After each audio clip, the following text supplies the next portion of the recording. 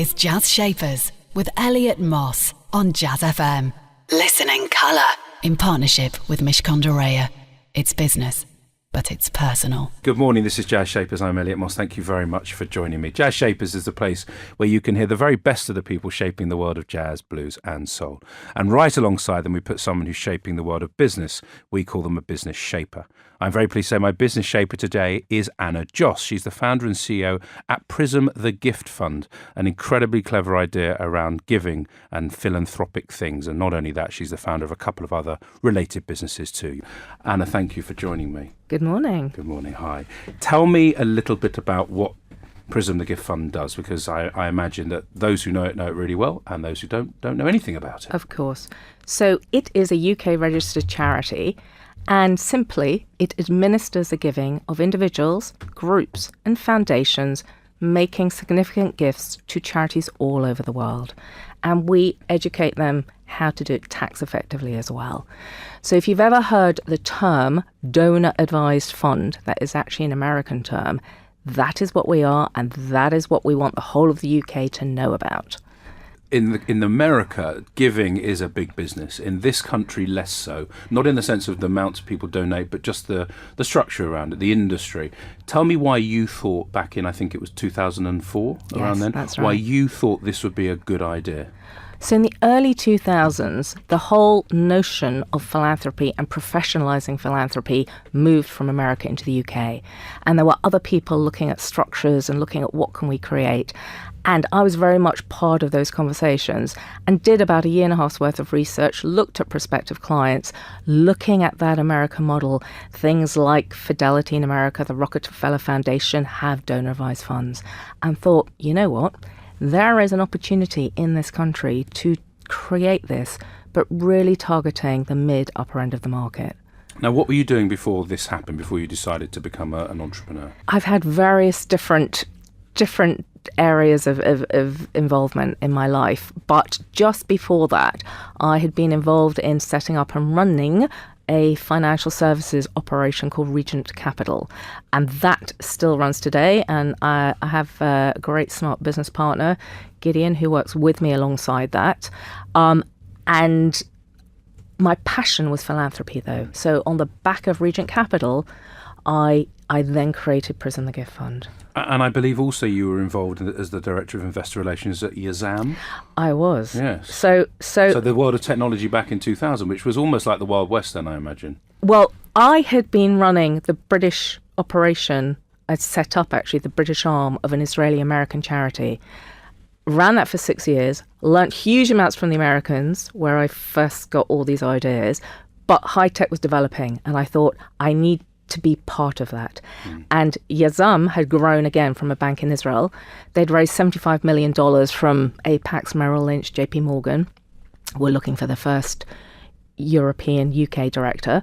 I knew nothing, but ended up as that person. And very early on realized this had to be a financially regulated company. So I became financially regulated. It was fabulous. It was like being in an offbeat ad every day going into the office, which I set up on I set up all my offices around W1 Baker Street because it was very good for home and bus routes. So there we were. And very early on, it bought a company, which you may have heard of, called First Tuesday, which was big in the high-tech world at that point, bringing entrepreneurs, investors together. It was like a reverse takeover. But anyway, I learnt a lot in a very short space of time before it all imploded. But what it gave me were financial skills, and I was financially regulated, so I could go on and create Regent Capital. Stay with me to find out how my very strategically smart business shaper, Anna Josse, has collected chips of experience from all sorts of places to enable her to deliver a different and innovative way of giving here in the UK. That's Anna Josse, founder and CEO at Prism the Gift Fund. Time for some more music. This is Stevie Wonder with one of my all-time favourites. It's Superstition.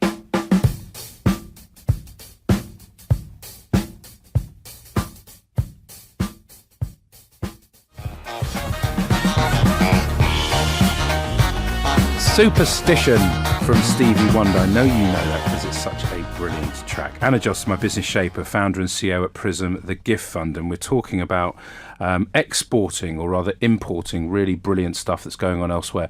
I've always thought about of businesses that are working elsewhere, or ideas, that it's a bit like time travel. You've gone back in time a little bit, you jumped in the TARDIS, you've gone and grabbed the idea, Anna, and then you brought it here. But because we haven't seen it here, it works. When you did that in 2004, I imagine people thought you were slightly nuts, because it was so new that no one had really seen it. Well, there is a big government body that is our main competitor, but it's a very different animal.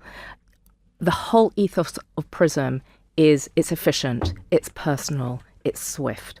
So when a donor comes to us, and increasingly because of the regulatory environment we exist in, they don't want to create their own grant-making foundation. They open an account with us, the Donor Advised Fund, and they get a relationship manager, and they simply say, oh, I'd like to make a gift of £10,000 to cancer research, and off it goes within 48 hours. And they're not doing it themselves. What's the benefit to them? Because Well, they obviously pay you a fee for They this, I do. imagine. They are time poor.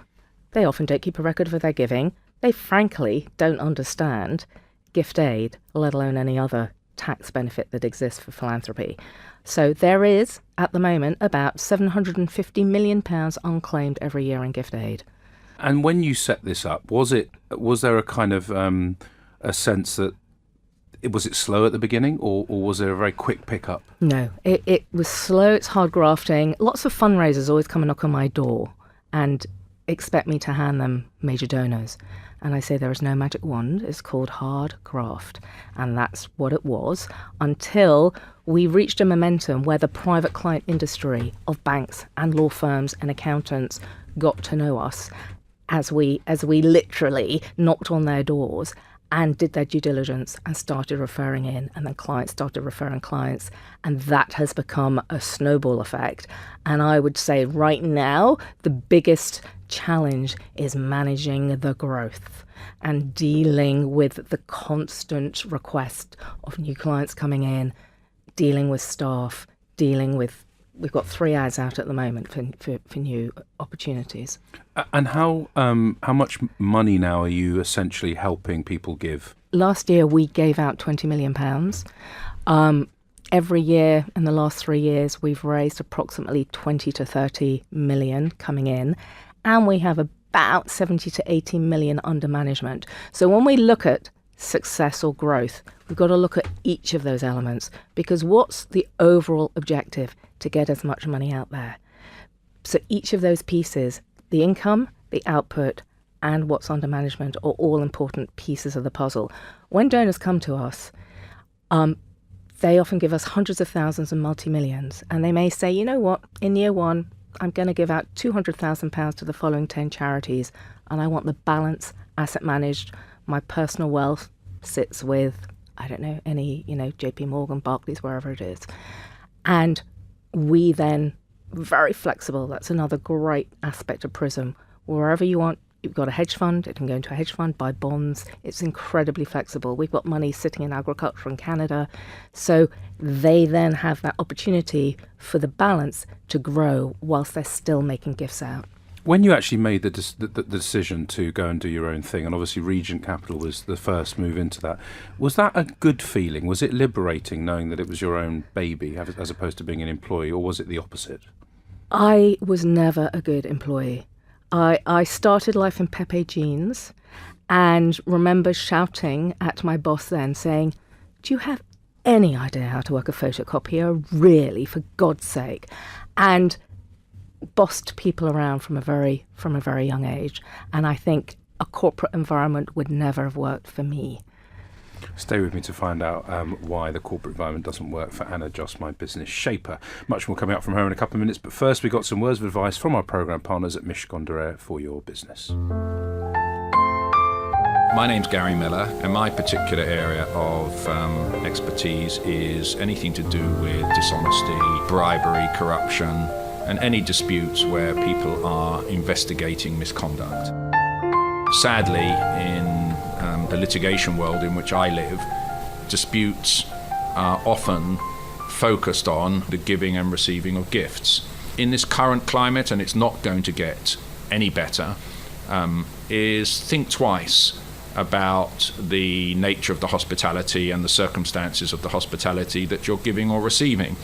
Bounce off of your partner, your boss, your colleague, the appropriateness of what you're doing in terms of how extravagant it is or isn't, and get a sounding board for what you're doing, because the way you should be looking at this is, or thinking about this is, what would happen if my competitor found out about what we were doing with this particular client, or what this client was doing with us?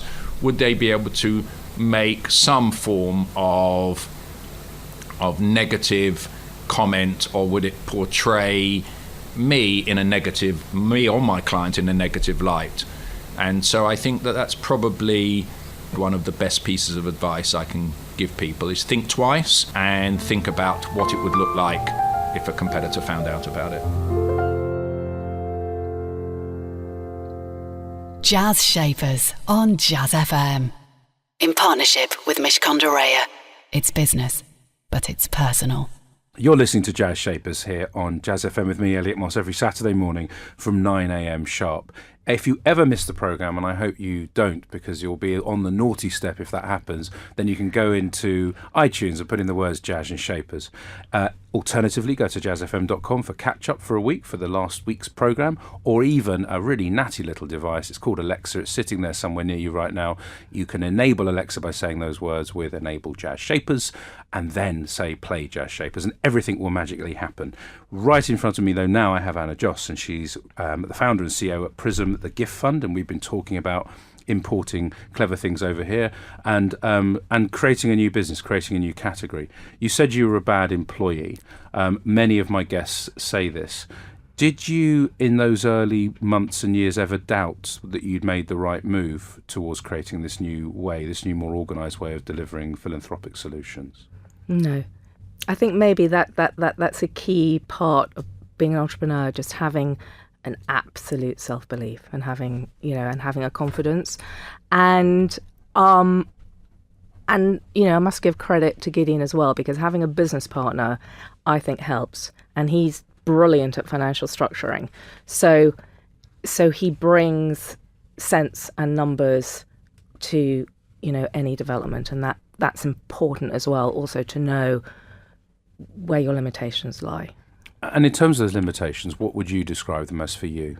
I mean, I imagine alongside that self-belief, alongside that absolute focus it's going to work, is also a sense of your own limitations or insecurities, because that's natural. And if you don't confront those, you're not going to be able to build a team. So when you build your team, what lack of skills are you addressing for yourself? I find one of the hardest pieces is the staff and the management and having to look after that whole other piece. Because if you're an entrepreneur and you have an idea and you start off down a path, you've actually got to do all the pieces of the puzzle. Having said that, when I set up New Ezra Fund, which is an American charity, and I set up the UK operation, I did everything. Literally, from direct mail to running events to building a board to raising money from major donors. And that whole element is very important as building blocks of running an operation, because you've got to get your hands dirty in every little aspect so you really know about it. And in fact, if I think about it, I did a business degree originally and worked for a year for British Van Houston in Somerset. And they sent me to the factory to make 2 shirts. One shirt generally takes 26 minutes. I spent 2 days. But it sounds like, without the shirt making, because obviously I know where I'm not going to go if I need a new shirt, and it's definitely somewhere near you. It sounds like you quite like being in control, though, and that sense of doing it all yourself is almost, although it's hard, it's kind of easier. It sounds like the team thing and then the delegation and the letting go is a bit trickier. I think you've hit it right on the head. But how do you manage that? How would the team describe Anna, CEO and founder? What would they say?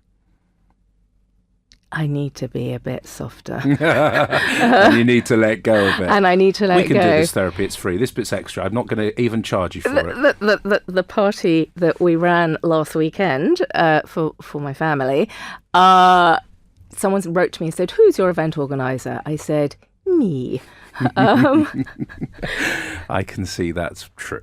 Stay with me for much more from Anna Josse. She's definitely in charge, but then that's kind of what it takes as well. Founder and CEO at Prism, the Gift Fund. Time for more music. It's Alfredo Rodriguez with Bésame Mucho.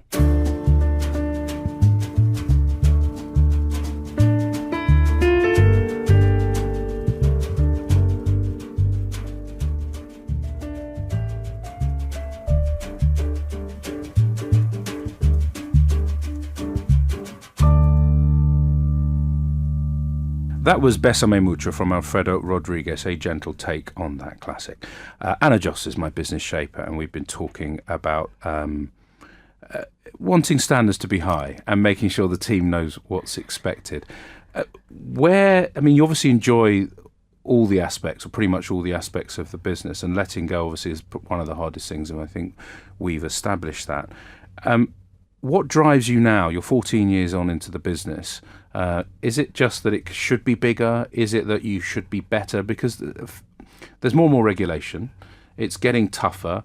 We're hearing, unfortunately, in the news, lots of stories about huge charities losing control because they're employing thousands of people around the world. What for you does success look like over the next 3 to 5 years? So I think there are two answers to that question. One is why, and why am I doing this? And I always, whatever I've always done, I always want to do it to the best of my ability. And why do you think that? What drives that in you, Anna? It's inherent. I don't know how to do it any other way.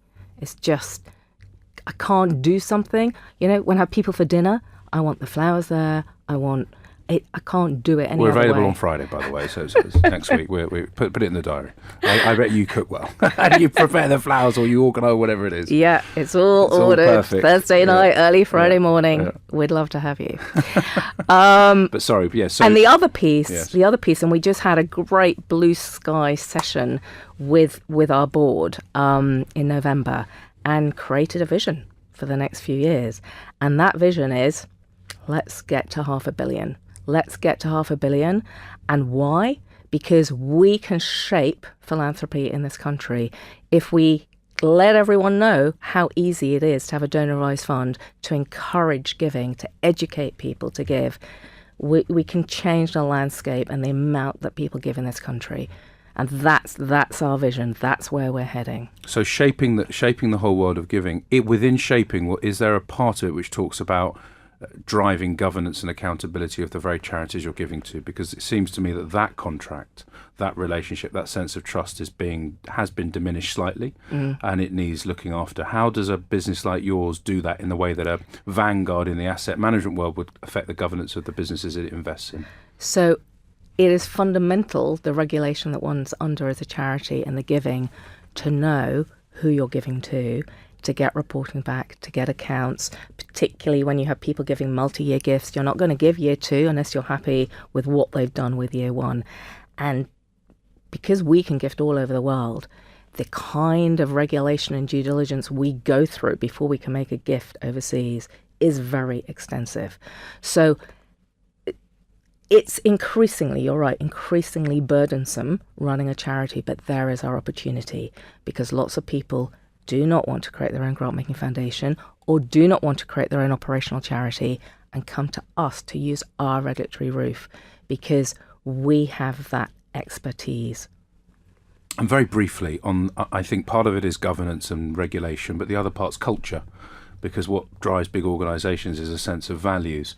Are you thinking about how you might help charities do that, or is that beyond the remit? I think that is beyond the remit, and that's another lesson that I have learned, because people throw things at me. Yeah, you can fix that. How about doing that? Yeah. How about the latest? Why don't you become the compliance expert for grant-making foundations and tell them all the new policies they need to create, policies on vulnerable people, policies on children?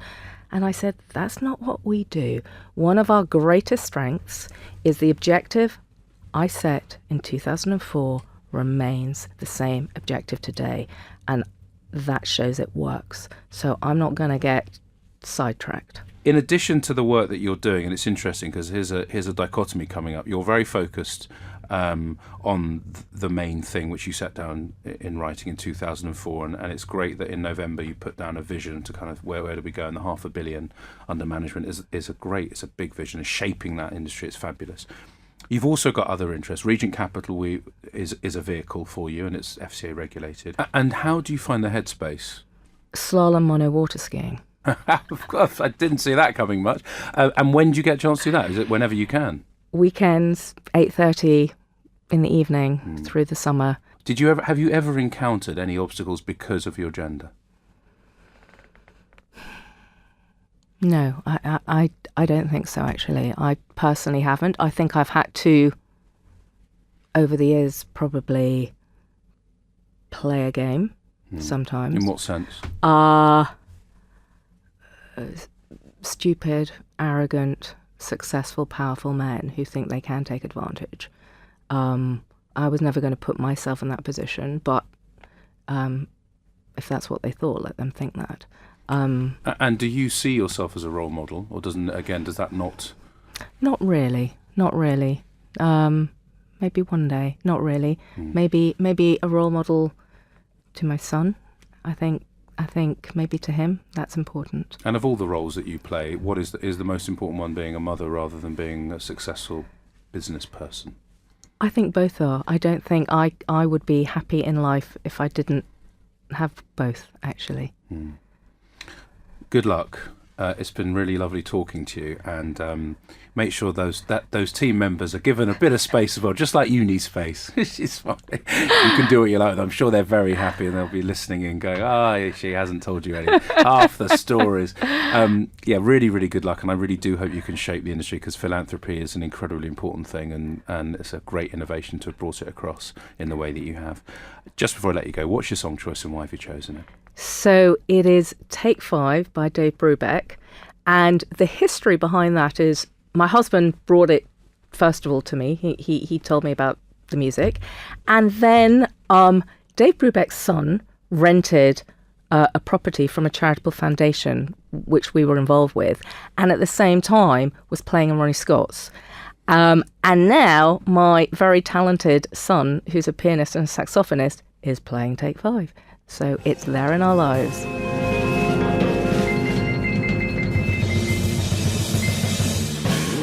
That was Dave Brubeck with Take 5, the song choice of my business shaper today, Anna Josse.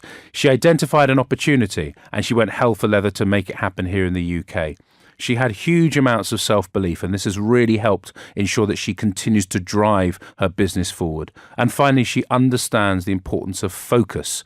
She's focused on what she will do and what the business will do, not what it won't do. Really, really good stuff. Thank you for listening today. I do hope you've enjoyed Jazz Shapers with me, Elliot Moss, here on JazzFM. Stay with us for much more from the world of jazz, blues and soul. Jazz Shapers on JazzFM. In partnership with Mishcon de Reya. It's business, but it's personal.